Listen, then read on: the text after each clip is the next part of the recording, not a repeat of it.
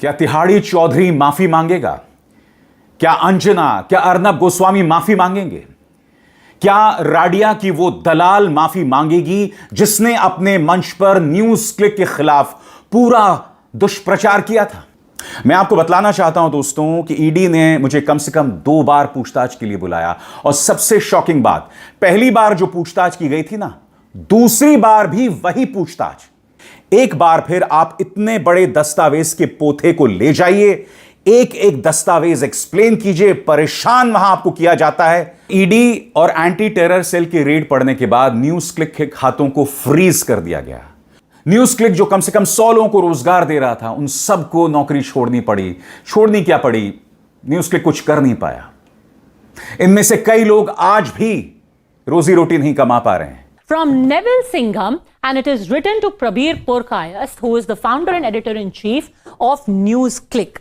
It says that 3 article series on China and its handling of the virus. That is the subject of this mail. आज बात news click case.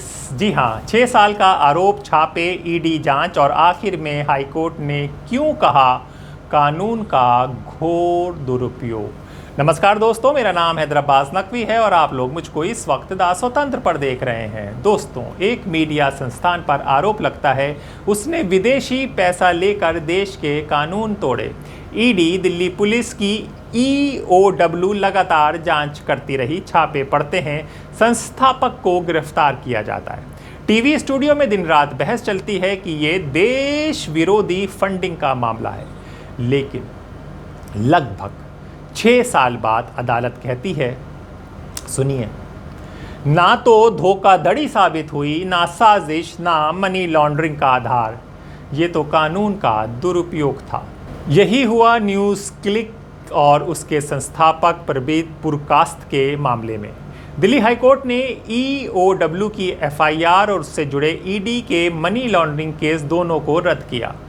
अदालत ने कहा कि जांच एजेंसियां जिन आरोपों पर केस चला रही थीं, वो कानून की कसौटी पर टिकते ही नहीं।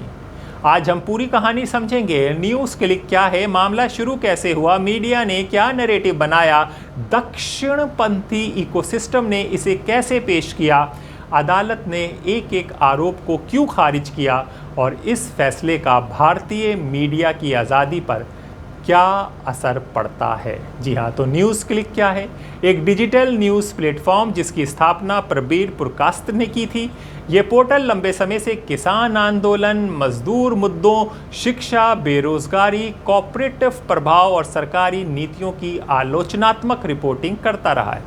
यही वजह ये अक्सर सत्ता समर्थक मीडिया और दक्षिणपंथी समूह के निशाने पर भी रहा। मामला शुरू कैसे हुआ?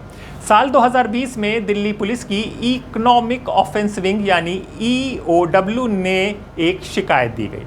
आरोप था कि न्यूज़ क्लिक की company PPK news click studio private limited ने अमेरिका स्थित world wide media holding LLC से लगभग $15 लाख, करीब 9 करोड़ 59 लाख का निवेश किया। जांच एजेंसियों का दावा था कि ये निवेश नियमों का उल्लंघन करके लिया गया और इसके पीछे कोई छिपा हुआ उद्देश्य था। इसके आधार पर EOW ने FIR दर्ज की और फिर ईडी ने मनी लॉन्ड्रिंग जांच शुरू कर दी। इधर उधर नहीं जाएंगे।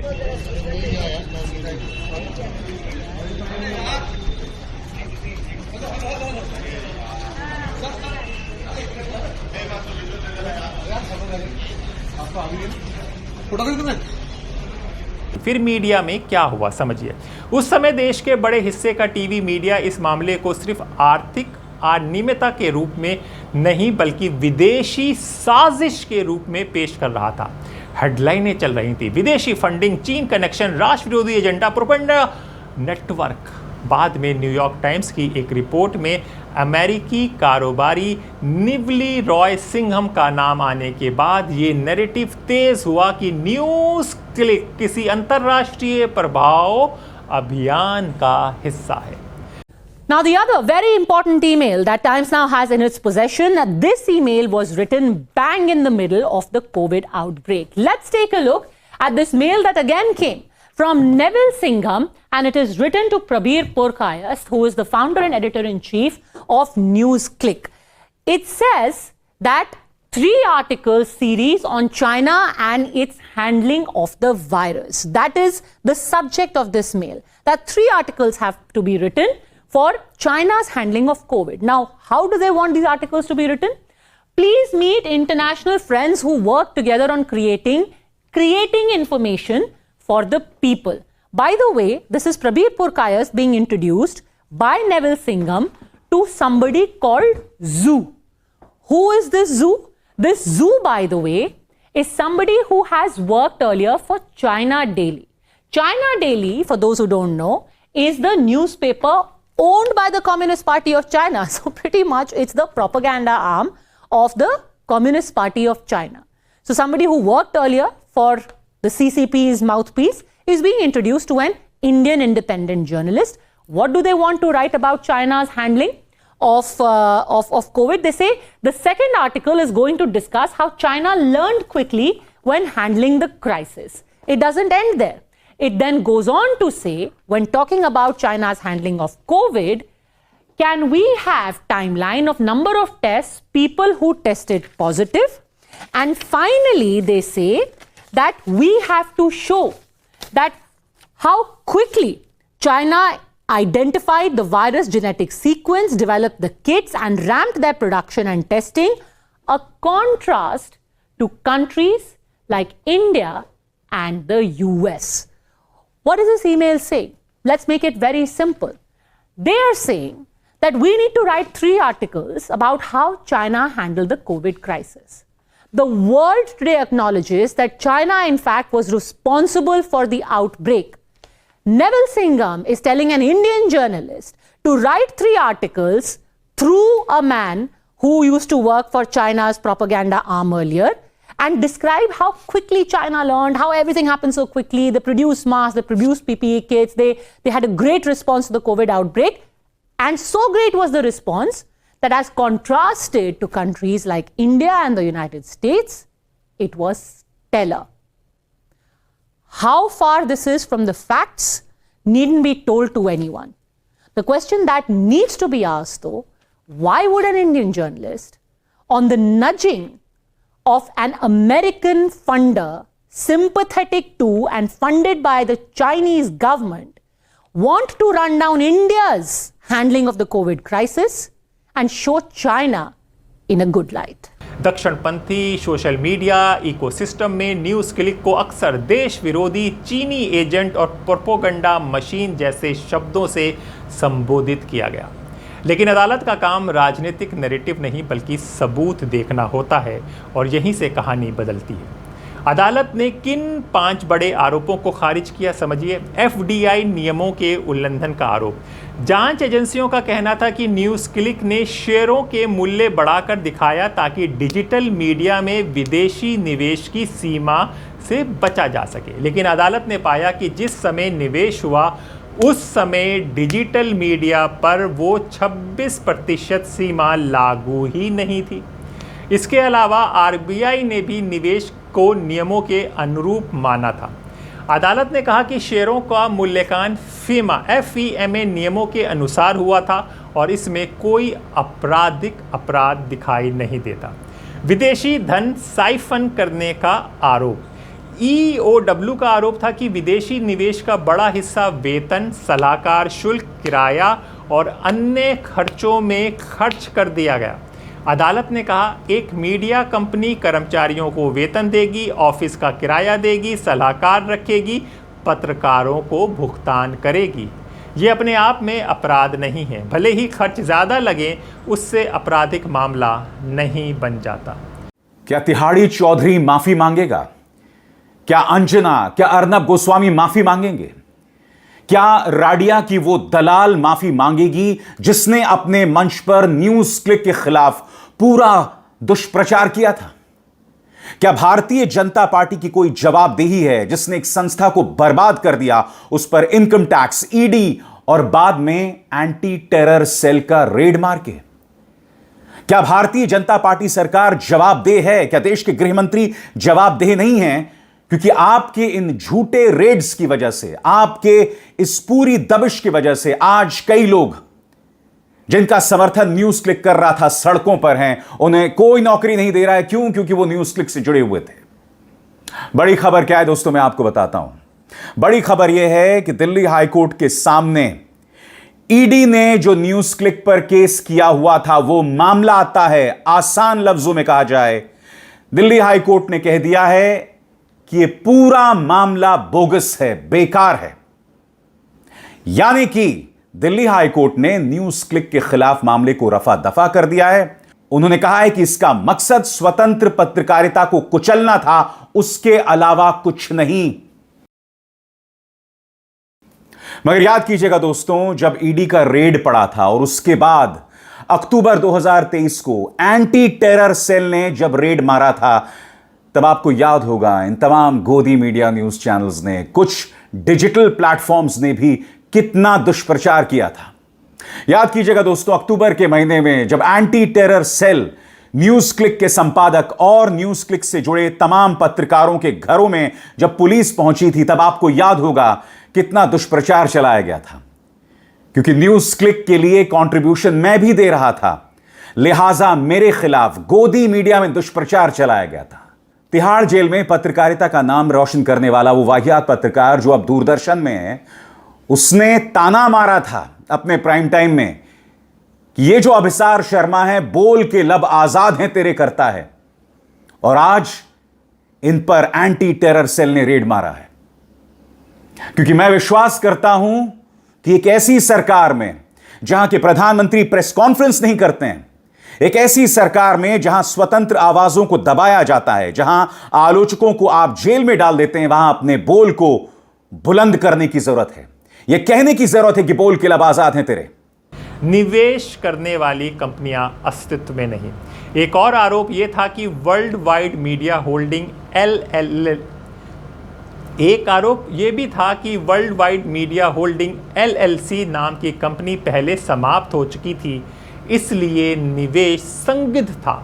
लेकिन अदालत के सामने बताया गया अमेरिकी राज्य डेलावेयर के कानून के तहत उसी नाम से नई कंपनी दोबारा पंजीकृत हो सकती है।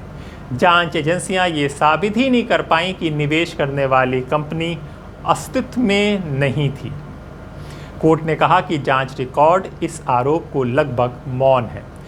मैं आपको बतलाना चाहता हूं दोस्तों कि ईडी ने मुझे कम से कम 2 बार पूछताछ के लिए बुलाया, और सबसे शॉकिंग बात, पहली बार जो पूछताछ की गई थी ना, दूसरी बार भी वही पूछताछ।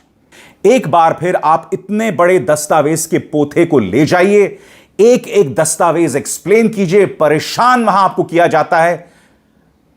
और फिर आपको याद है किस तरह से रेड पड़ी थी दोस्तों। सुबह 6:30 बजे मेरा बेटा स्कूल जा रहा था, उसकी आंखों के सामने पूरी एक बटालियन मेरे घर में घुसी।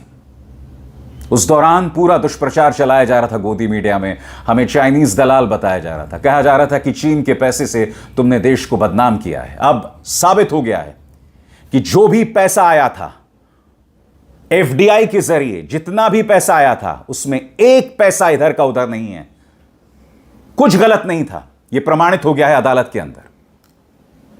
निशिकांत दुबे जिसने संसद में खड़े होकर कायरों के तौर पर मेरा नाम लिया था और मुझे चाइना के साथ जोड़ा था, क्या तुम माफी मांगोगे? वो तमाम गोदी मीडिया न्यूज चैनल, सबसे बड़ी बात दोस्तों, एक राडिया की दलाल है, आप जानते हैं वो कौन है। उसने अपने मंच पर बैठ के एक डिस्क्रेडिटेड सेफोलॉजिस्ट को अपने साथ अपने मंच पर बिठाकर मेरे खिलाफ, न्यूज क्लिक के खिलाफ पूरा दुष्प्रचार चलाया था जो तथ्यों पर आधारित नहीं था। आज ये सब खामोश हैं, सब खामोश है, कोई कुछ नहीं बोल रहा है।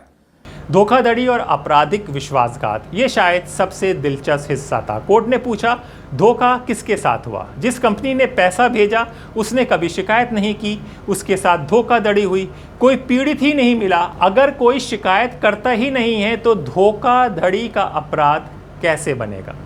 इसी पर आपराधिक विश्वासघात का आरोप भी अदालत ने खारिज कर दिया। आपराधिक साजिश, ईडी का पूरा मनी लॉन्ड्रिंग मामला इस आधार पर खड़ा था कि क्रिमिनल कॉन्स्पिरेंसी हुई थी, लेकिन अदालत ने कहा सिर्फ किसी निवेश समझौते पर हस्ताक्षर कर देना साजिश नहीं बन जाता। साजिश साबित करने के लिए अवैध उद्देश्य, अवैध कार्रवाई दिखानी पड़ती है। ईडी ऐसा कोई ठोस आधार नहीं दिखा सकी। दोस्तों, ईडी और एंटी टेरर सेल की रेड पड़ने के बाद न्यूज क्लिक के खातों को फ्रीज कर दिया गया। न्यूज क्लिक जो कम से कम 100 लोगों को रोजगार दे रहा था, उन सबको नौकरी छोड़नी पड़ी। छोड़नी क्या पड़ी, न्यूज क्लिक कुछ कर नहीं पाया। इनमें से कई लोग आज भी रोजी रोटी नहीं कमा पा रहे हैं।